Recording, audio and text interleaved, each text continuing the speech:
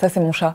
Il s'appelle Prince Vladimir. Oui, il a un nom composé. Et j'espère que quand je serai une star, fais-moi percer là avec cette vidéo, quelqu'un va faire un fun fact sur mon chat.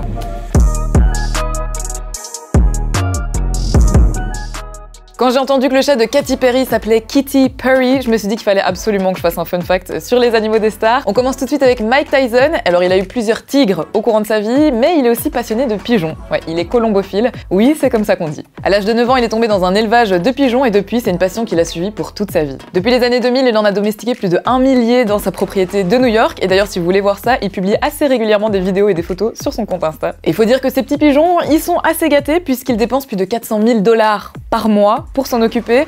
Mais bon, quand t'as une fortune qui s'élève à environ 400 millions de $ à l'aise, quoi. Il les aime tellement, ces pigeons, qu'il a expliqué qu'il ne pouvait pas les nommer. Il n'arrive pas à leur donner des noms parce qu'il ne veut pas trop s'engager. Impossible de parler des animaux de stars sans parler de la star des stars, Tinkerbell, le petit chihuahua qui s'est logé sous l'aisselle de Paris Hilton pendant 14 ans. Ce petit chien a vraiment eu la vie de rêve. Comme sa maîtresse, il était assez gâté puisqu'il vivait dans une maison de 325 000 $. Quand je dis il, je parle du chien, hein, pas elle. Hein. Bon, Tinkerbell est décédée en 2015, mais depuis, les Hilton se sont consolés avec plusieurs toutous qui vivent dans un domaine personnalisé, une espèce de manoir à 2 étages avec chauffage, air conditionné, meubles design. Et Paris Hilton a même dit que ça a été vraiment construit pour ressembler à sa propre demeure. Et elle a dit, je cite, « Je veux que ce soit élégant, rose, girly et confortable. » Et ils ont même une vue sur le jardin avec un petit balcon. Max le cochon, c'est l'un des animaux de stars les plus connus. C'était le gros cochon vietnamien de George Clooney. Bon, il est décédé en 2006, mais il était vraiment célèbre. À l'origine, il avait été offert par une ex-petite amie, et en fait, le cochon a eu une influence considérable sur la vie de Clooney, puisque beaucoup de gens pensent que c'est à cause de lui qu'il est resté célibataire aussi longtemps. Même son père explique que le cochon se traînait, se couchait devant la porte de tout son long, qu'il grognait, qu'il cuinait jusqu'à ce qu'on lui apporte son petit déjeuner.